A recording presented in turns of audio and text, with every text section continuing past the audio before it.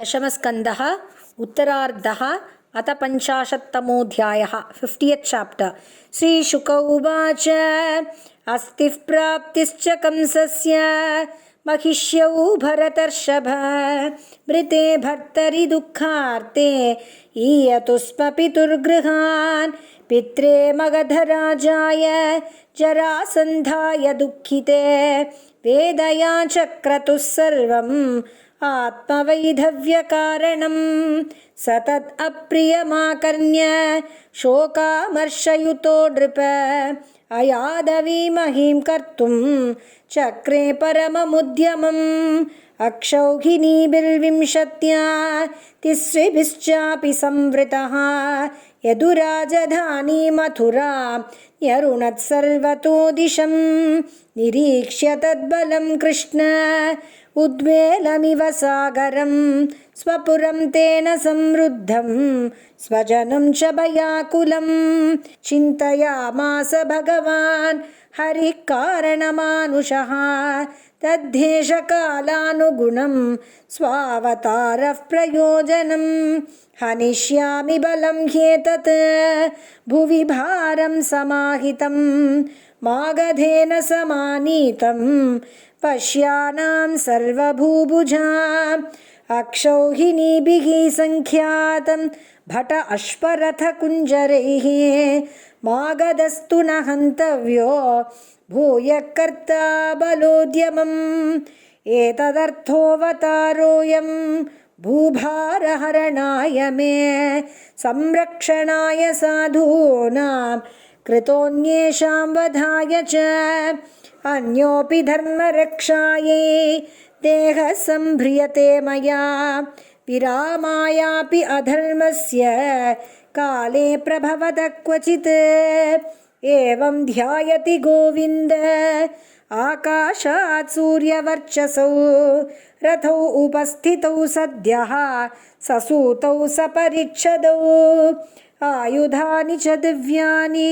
पुराणानि यदृच्छया दृष्ट्वा तानि हृषीकेशः सङ्कर्षणमथाब्रवीत् पश्य आर्यव्यसनं प्राप्तं यदूनां तु आवतां प्रभो एष ते रथ आयातो दयितानि आयुधानि च यानम् आस्ताय जह्येतद् व्यसनात् स्वान् समुद्धर एतदर्थं घिनौ जन्म साधूनामीश शर्णकृत त्रयोर्विंशत्यनीकाख्यं भूमेर्भारमपाकुरु एवं सम्मन्त्र्यदाशार्हो दंशितौ रथिनौ पुरात् निर्जग्मतुः स्वायुधाढ्यौ बलेन अल्पीयसावृतौ शङ्खं दद्मौ विनिर्गत्य हरिः दारुकसारथिः ततो भूत्परसैन्यानां हृदि वित्रासवे पतुः तौ आहमागधो वीक्ष्य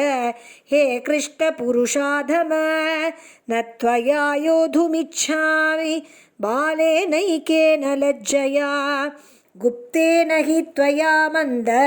न योत्स्येया हि बन्धुहन् तव राम यदि श्रद्धा युध्यस्वधैर्यमुद्वह हित्वा च मच्छरैश्चिन्नं तेऽहं स्वर्या हि मां जहि श्रीभगवानुवाच न वै शूरा विकथन्ते दर्शयन्त्येव पौरुषं न गृह्णीमो वचो राजन् आतुरस्य मुमूर्षतः श्रीशुक उवाच जरासुतस्तौ अभिश्रुत्य माधवो महाबलोघेन बलीयसा वृणोत् ससैन्ययानध्वजवाजिसारथि सूर्यानलो वायुरिवाभ्ररेणुभिः सुपर्णतालध्वजचिह्नितौ रथौ अलक्षयन्त्यो हरिरामयोर्मृधे श्रियः पुरहट्टालकहन्यगोपुरं समाश्रिता सम्मुमुहुः सुचार्दिताः हरिः परानीकपयो मुचामुहुः शिलीमुखातुल्बनवर्षपीडितं स्वसैन्यमालोक्य सुरासुरार्चितं गृह्णन्निषङ्गादतसन्ददच्छरान् विकृष्य मुञ्जच्छितबाणपूगान् निघ्नन् रतान् कुञ्जरवाजिपत्तीन् निरन्तरं यद्वदलातचक्रं निर्भिन्नकुम्भाकरिणो निपेतुः अनेकशोष्मा शरवृक्णकन्धराः रता हताश्वध्वजसूतनायकाः पदातयः छिन्नभुजोरुकन्धराः सञ्छिद्यमानद्विपदे भवाजिनाम् अङ्गप्रसूता शतशोऽसृगापगाः भुजाहयः पूरुषशीर्षकच्छपा हतद्विपद्वीपहयग्रहाकुलाः करोरुमीना नरकेशशैवला धनुस्तरङ्गायुधगुल्मसङ्कुलाः अच्छूरिकावर्तभयानका महामणिप्रवेकाभरणाश्म शर्कराः प्रवर्तिताभिरुभयावहा मृधे मनस्विनां हर्षकरी परस्परं विनिघ्नतारीन्मुसलेन दुर्मदान् सङ्कर्षणेन अपरिमेय तेजसा बलं तदङ्गार्णवदुर्गभैरवं दुरन्तपारं मगधेन्द्रपालितं क्षयं प्रणीतं वसुदेवपुत्रयोः विक्रीडितं तज्जगदीशयोः परं स्थिति उद्भवान्तं भुवनत्रयस्य यः समीहते अनन्तगुणस्वलीलया न तस्य चित्रं परपक्षनिग्रहः तथापि मर्त्यानुविधस्य वर्ण्यते जग्राहविरथं रामो जरासन्दं महाबलम् अत अनीक अवशिष्टासुं सिंहः सिंहमिवौजसा बध्यमानं हतारातिं पाशैर्वारुणमानुषैः वारयामास गोविन्दः तेन कार्यचिकीर्षया समुक्तो लोकनाथाभ्यां व्रीडितो वीरसम्मतः तपसे कृतसङ्कल्पो वारितः पतिराजभिः वाक्यैः पवित्रार्थपदैः नयनैः प्राकृतैरपि स्वकर्मबन्धप्राप्तोऽयं यदुभिस्ते पराभवः हतेषु सर्वानीकेषु नृपो बार्हत्रतस्तदा उपेक्षितो भगवता मगधान् दुर्मणाययो मुकुन्दोऽपि अक्षतबलो निस्तीर्णारिबलार्णवः विकीर्यमानः कुसुमैः त्रिदशैः अनुमोदितः मातुरैः उपसङ्गम्य विज्वरैर्मुदितात्मभिः उपगीयमानविजयः सूतमागधवन्दिभिः शङ्खदुन्दुभयो नेदुः भेरीतूर्यान्यनेकषः वीणा वेणुमृदङ्गानि पुरं प्रविशतिः प्रभो सिक्तमार्गां हृष्टजनां पताकाभिः अलङ्कृतां निर्गुष्टां ब्रह्मघोषेण कौतुकाबद्धतोरणां निचीयमानो नारीभिः माल्यदध्यक्षताङ्कुरैः निरीक्ष्यमानः सस्नेहं प्रेत्युत्कलितलोचनैः आयोधनगतं वित्तम् अनन्तं वीरभूषणं यदुराजाय तत्सर्वम् आहृतं प्रादिशत्प्रभुः एवं 17 कृत्वा तावत्यक्षौहिणी बलः युयुधे मागधो राजा यदुभिकृष्टपालितैः अक्षिन्वन् तद्बलं सर्वं वृष्णयः कृष्णतेजसा हतेषु स्वेषु अनीकेषु त्यक्तो यादरिभिर्नृपः 18 आगामिनि तदन्तरा नारदः प्रेषितो वीरो यवनः प्रत्यदृश्यत रुरोध मथुरामेत्य तिस्रभिर्म्लेच्छकोटिभिः त्रिलोके च अप्रतिद्वन्द्वो वृष्णीः श्रुत्वात्मसंहितान् तं दृष्ट्वा चिन्तयत् कृष्णः सङ्कर्षणसहायवान् अहो यदूनां वृजिनं प्राप्तं ह्युभयतो महत् यवनोऽयं निरुन्धेऽस्मान् अद्य तावन्महाबलः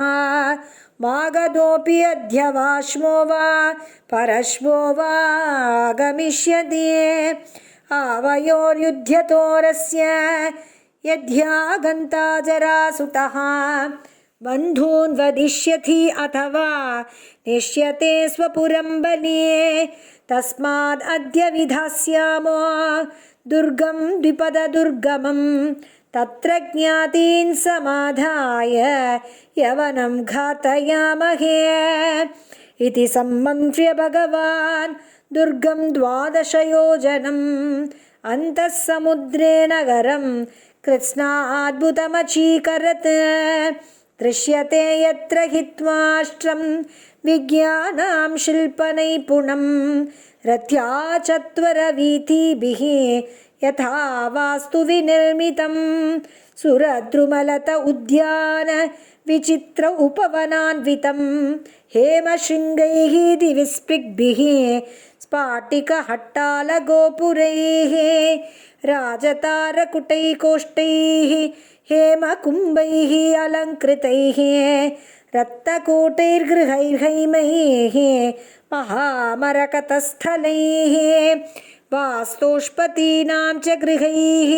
वलभीभिश्च निर्मितं चातुर्वर्ण्यजनाकीर्णं यदुदेव गृहोल्लसत् सुधर्मा पारिजातं च महेन्द्रः प्राहिणोदरेः यत्र चावस्थितो मर्त्यो मर्त्यधन्मैः न युज्यते श्यामेककर्णान् वरुणो हयान् शुक्लान् मनोजवान् अष्टौ निधिपतिः कोशान् लोकपालो निजोदयान् यद्यद्भगवता दत्तम् आधिपत्यं स्वसिद्धये सर्वं प्रत्यर्पयामासुः हरौ भूमिगते नृप तत्र योगप्रभावेन नीत्वा सर्वजनं हरिः प्रजापालेन रामेण कृष्णः समनुमन्त्रितः निर्जगामपुरद्वारात् पद्ममालीनिरायुधः इति श्रीमद्भागवते महापुराणे पारमहंस्यां संहितायां दशमस्कन्धे उत्तरार्धे दुर्गनिवेशनं नाम 50तमोऽध्यायः। श्री हरये नमः। श्री हरये नमः। श्री हरये नमः। गोपिका जीवनस्मरणं गोविन्दा गोविन्दा।